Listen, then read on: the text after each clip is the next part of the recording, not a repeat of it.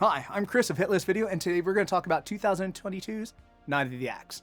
Night of the Axe is a love letter to horror slasher films of the 80s, and in my opinion is inspired by the Friday the 13th and the Halloween series pretty heavily. This film was adapted from an earlier short by the same name.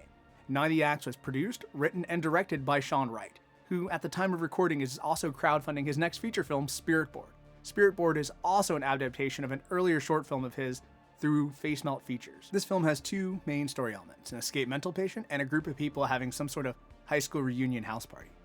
Two story elements eventually blend halfway through the film as the patient becomes an uninvited guest at the house party. Our story begins with some sort of asylum. Within the first 5 minutes, the two orderlies are dead. The killer, portrayed by Nate Nelson, he took his pillowcase and made a mask, and is escaping into town without any visible resistance. I love that Night of the Axe kicked down the door and just proudly announced, "Hey, we're a slasher film," just in case anyone was confused by the title. I also love the sound effects of these kills and pretty much the various murders that happened afterwards.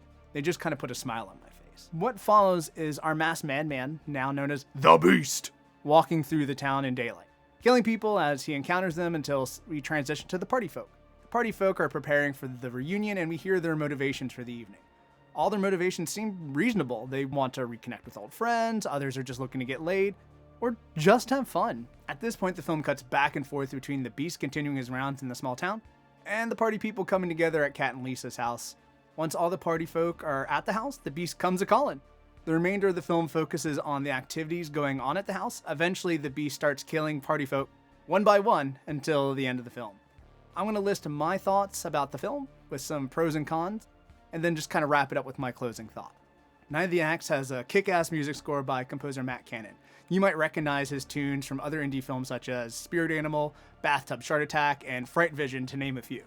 Oh, the comedic timings. Some of the scenes of this film gave me legitimate laughs. Rick Germain and Amy Young worked well together, and they had great chemistry as they argued like an old married couple.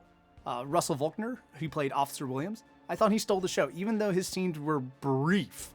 His comedic timing was always on point. Even in death, I wanted to see more of his character.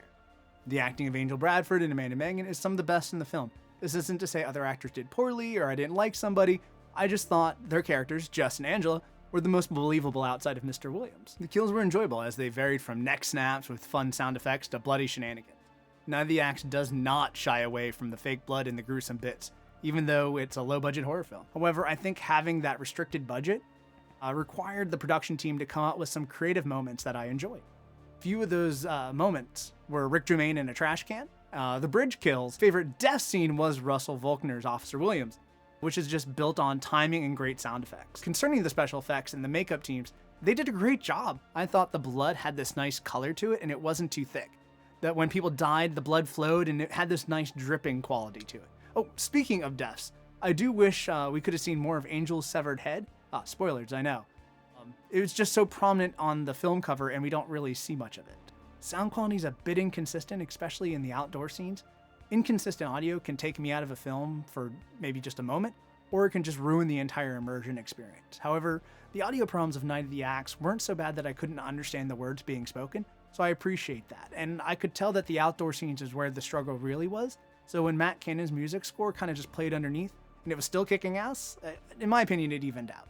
Film had some other technical stuff here and there, and I just don't want to nitpick, so I'm not going to really cover it. More like continuity issues between frames. Nothing that would really ruin your viewing experience. Film's pacing felt off at times. In my opinion, some of the scenes that added no story elements or showed off the bloody shenanigans kind of dragged on longer than they should have. I would have liked that time to be given to more character development concerning the deceased, so we may have been more vested in them when they eventually died. Lastly, the conclusion felt like it had a tone shift. The film feels like it loses that lighthearted nature that I had come to enjoy to embrace the final showdown. So for viewers who may like a more traditional horror slasher experience, the ending might be exactly what you're looking for as the final girl goes head to head with the Beast. However, this was Facemelt's first feature film, so I think it's understandable that some of these technical issues happen. The rest is just personal preferences. Furthermore, these cons didn't ruin the film for me, they just showed room for growth.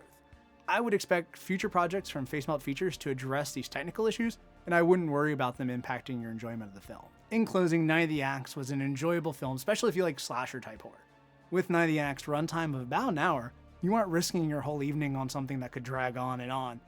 So it's low commitment in that respect.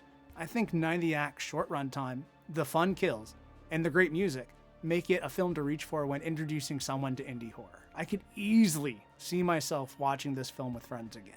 As I said at the beginning of the review, Night of the Axe is a love letter to those horror slasher films of the 80s.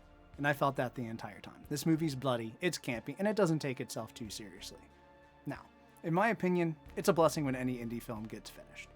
I know from personal experience, finding the right work-life balance is important, and sometimes finding the motivation once the cameras stop rolling is difficult too. And Sean and Facemelt Features, they did the job. They got it done. So congratulations to you all. If you want to learn more about Night of the Axe and that team's future projects like Spirit Board, go over to their website, Facemelt Features. They also have a Facebook. And if you want to watch Night of the Axe, well, you can pick up the physical media from their websites, or you can find it streaming on Tubi. I hope you've enjoyed this review. So if you have seen Night of the Axe and have an opinion, feel free to leave a comment. And if you have a film you'd recommend I review, go ahead and leave that as a comment too. I'm going to try to do more of these reviews from time to time, and we'll see how it works out. So, take care.